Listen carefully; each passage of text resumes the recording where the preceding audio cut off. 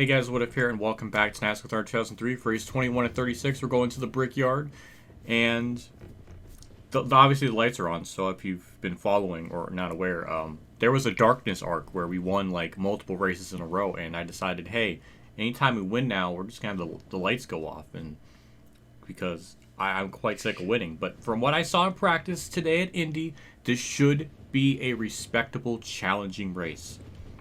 Will Jeff Gordon gain points on me? Maybe. But we got a big point lead, so we have a lot of buffers, and the top 10's pretty much remained unchanged, so there's that. Paint scheme, I didn't show it last episode, but it will be this, the Rubbermaid Ford, so that's what we're going with. Will that bode us well? I don't know, but there's really not a whole lot else to divulge into or talk about, so before we do race, thank you to my Tier 2 Patreon people as well as my YouTube member support channel, perks you get early access to videos like this, as well as channel emotes and other stuff for when I live stream. Thank you for what you guys do. I very much appreciate that. Thank you. Let's go into it and, I don't know, just see if we can continue our top 10 streak, I guess. That's the bar. But then again, every time I have expectations, I keep exceeding it, so I truly don't know what to expect anymore. I'm just so lost. Car setup is just default as always, nothing really different. Probably I should have it in manual just to get a better launch on the start, but I don't because I'm just stupid. So, also weird the default has the wedge at that round. I thought that was interesting to showcase from what I noticed in practice, because usually it's always 0, but for this race they have it up, so that's interesting. Either way, we'll have Emma and friends. Send me off in this race weekend menu thing here. Welcome to MRN's live coverage from the famed Indianapolis Motor Speedway for today's Brickyard 400. The Brickyard is a track with a lot of history, and it's seen plenty of great racing over the years, hasn't it, Barney? This track's tradition alone is what inspires the drivers to do well here. What a great feeling it must be to stand in victory lane at Indy. We'll see here shortly who that lucky man is going to be. Dale Jarrett comes to the track with the hopes of maintaining his top 5 points position. Gaining on the leader is tough when you are in the top 5 in points. It takes you having a good race and the leader having a bad one in order to gain anything substantial. Dale Earnhardt Jr., who's currently in the top 10 in points, will try to reach that next step, the top 5. He's been working hard this season and it is paying off so far. He'll need a good finish in this one to gain some spots. Kurt Busch has strung together back-to-back top 5s, and I'm sure he'll try for another one. You know, people get so concerned with wins. Me, I'll take consistent top 5s all year long over a win. Besides, when you're constantly finishing in the top 5, a win is just around the corner.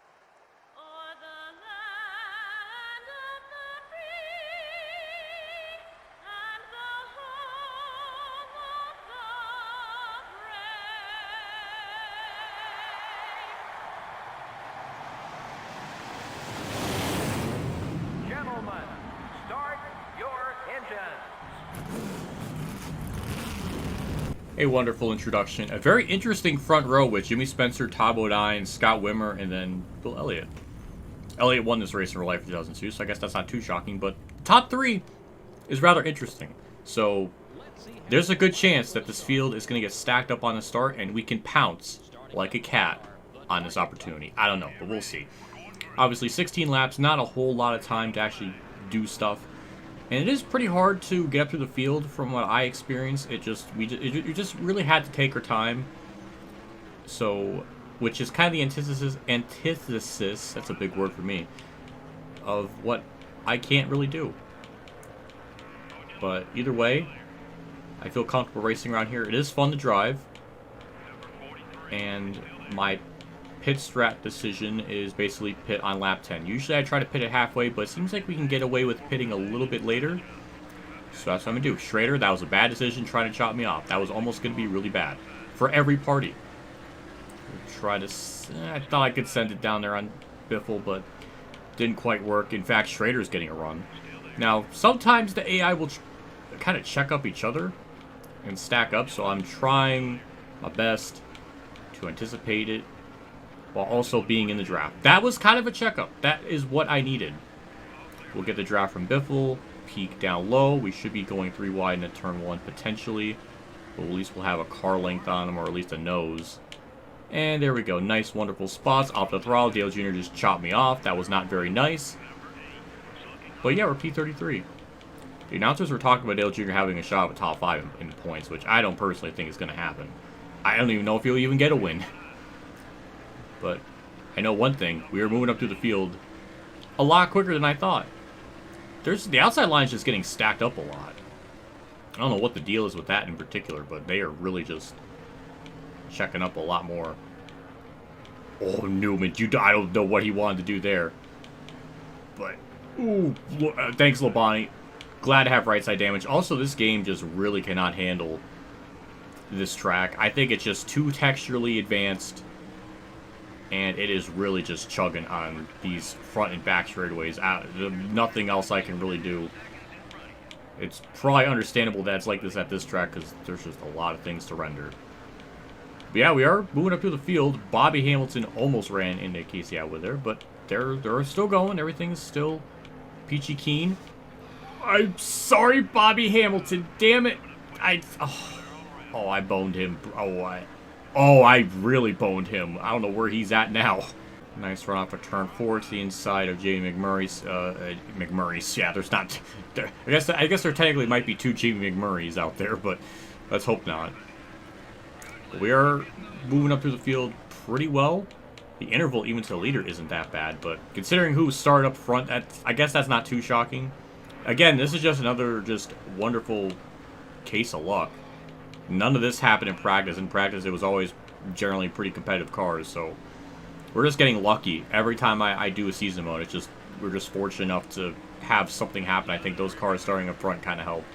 Also, Jeff Gordon's back here. That's not good.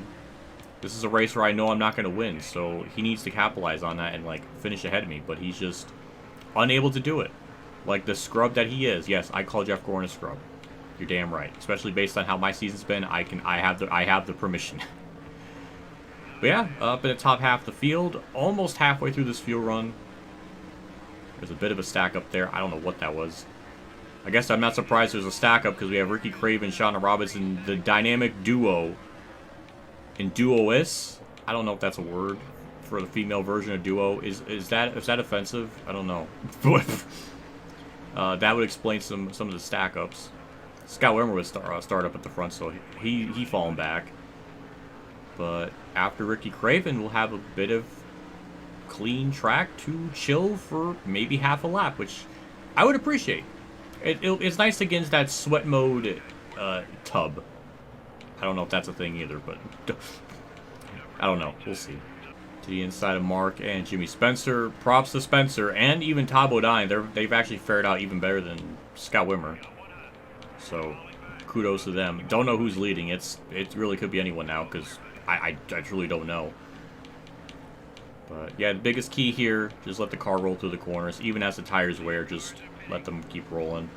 They are pitting a little bit later than what I anticipated. In my practicing, they were pitting at lap 5, which was I guess unusual. But they're pitting a little bit later.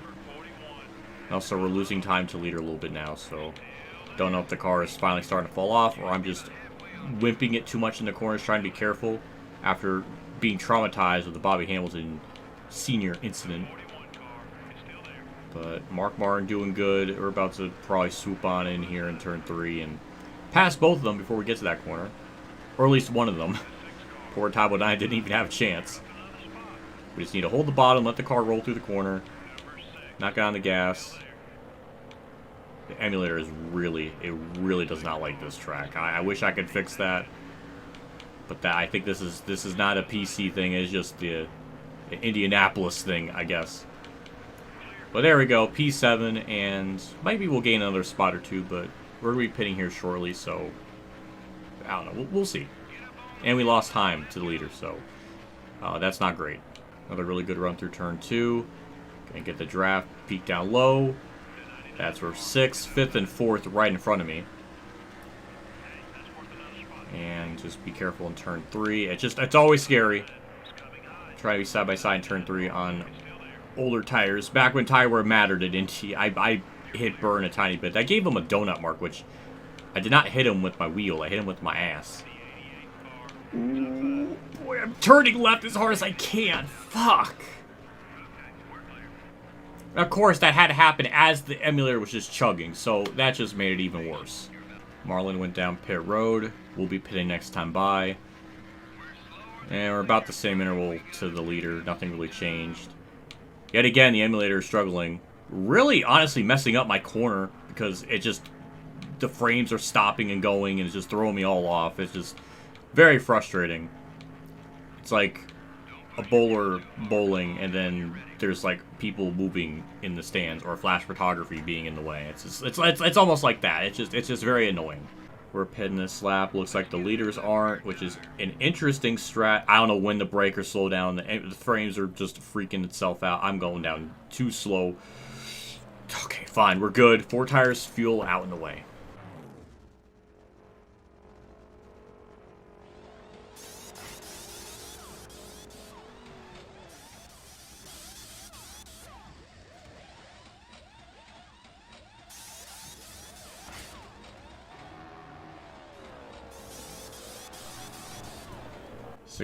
Something was the estimated time, and now 17.4. So that's great. Great job, pit crew, dropping the ball.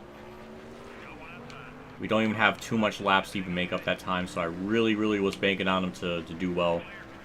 Now we just have to be on the ultra omega offense for the rest of this race.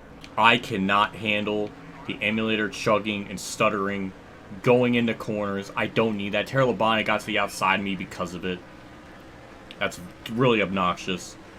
We're probably, honestly, we're not even going to cycle out that good because of that pit stop. I just got this weird hunch.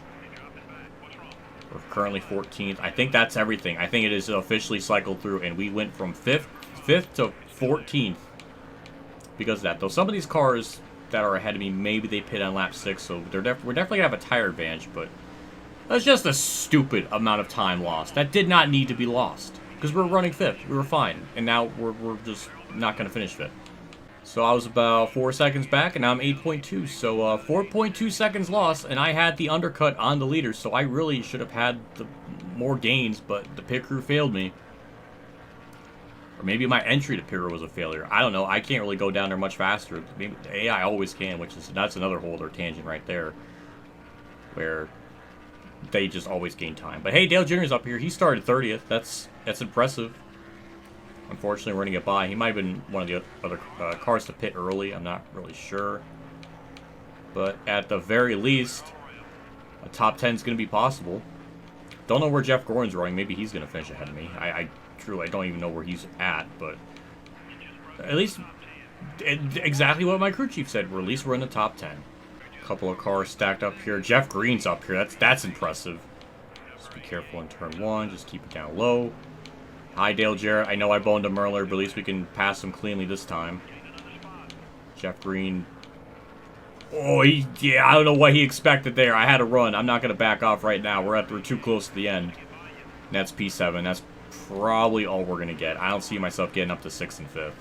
And white flag's out. We're heading into turn 1. We're just too far back to get to Harvick and Stewart there for 6th and 5th. 4th and 3rd are not too far up the road either, so... Boy, just imagine if we just had, like, a normal pit entry and the pit crew did normal stuff. We'd probably be... maybe 3rd. I don't know, but would have fared out better. This is definitely going to be our worst finish in a long time, now that I'm thinking about it. And, of course, the emulator chugs at the worst fucking part of the track as I'm about to turn. So, that's fun. Not like it was really going to matter. We weren't going to get those spots anyways. But just add one more little layer of frustration to this race, where the emulator has to chug and just being annoyance. It wasn't doing this when I was recording, but apparently now that I am, it just, everything just has to fall apart. We got 7th. A very frustrating 7th. And Matt Kenseth won. My teammate won. I'll take that. I'm just surprised. Take a look at the finishing results here. Obviously, Marlon with the win. Jeff Gordon, I don't know how he leapfrogged a 4th. I'm very perplexed because he was behind me. Did he pit early? I guess. I don't know how he did it, but he gained points on me by 14. But it's something. Harvick led lap somewhere. Kenseth, I don't even know where he started. Gordon started 29th. Bill Elliott led 2 laps.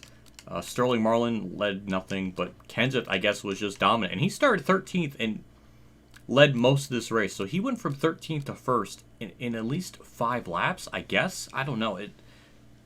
Wild. But that's what happens when you have the first 4 rows. Not really, I guess I can't even say Bill Elliott in this case because he held his own well. But the top 3 cars that qualified just beat that just kind of caused for stack up issues. I guess is that a word? I truly probably not. Jeff Green with a good top 10. Dale Jr. 11th after starting really far back. Reed Craven doing all right. Terry Labonte, that's top 15. That's good for him. Jimmy Johnson, that's a yucky run. Bobby Labonte, not good. Ryan Newman, terrible. He was our point leader at one point, so I don't know what he's just fallen off. But Ricky, really, we have to have Ricky Rudd have a bad day. Like really, I don't need that. His top 13 dream has to be intact. I can't have him being last. Point situation, Jeff Gordon, 388 back. He's closing. He is closing. Same with, not really the same with Dale Jarrett. But Gordon's trying. And with Kenseth's first win, it's hard to say Kenseth with an apostrophe S. I'm learning that now. But he's now up to 10th. Rusty Wallace draws back to 11th. Ricky Rudd back to 15th. He's almost going to get passed by Johnny Benson if that keeps up. Bill Elliott, I'm sure, moved up some spots after that good run. And the laps led thing, Matt Kenseth, I'm sure, is going to be on there because he led 11 laps. That might be... Oh, he's led 22. Okay, he's in the top 10. No one's thwarted me with my most, so that's interesting. And that'll do it. That was Indy in a nutshell. A race where we probably should have had an easy top 5, but the pit crew kind of ruined it. Maybe my entry did too. It's a combination of everyone's fault. I don't know. But it's still a top 10. That's our worst finish in a long time, sadly. Sadly and funny enough, I don't know what was our... I guess Vegas was our worst finish, but... Last race where I didn't finish inside a top 10, I don't know where that was. It was... God, I don't remember. It's been that long, but either way, we'll wrap up things for this episode today. Big shout out to my Tier 3 Patreon supporters today, French Chat 15, Kamikazegames, Billy Carrier, Mexi Link 1986, Jason Hellman, and my name is John for support again. I appreciate what you guys do for my channel every single month. It does me a lot. Always goes a long ways, so just truly and gruely thank you for the support. I'll see you on the next episode for Watkins Glen. I mean, Sonoma was really easy, but I don't know if Watkins Glen's going to be the same case. I guess I'll have to figure it out, but that'll be interesting. And Jeff Gordon's gaining points. He's trying. But that's 2 races now where we haven't won. I will take that. After winning 7 in a row, I'm very happy to not win. Will that continue at Watkins Glen? I don't know. But paint scheme, we're going to the Sharpie one, which is a nice looking car. So I'm sure we'll tear it up there at Watkins Glen. But for now, that'll do it for me. I will see you on the next episode. See you all later. And as always, have a good day, everyone.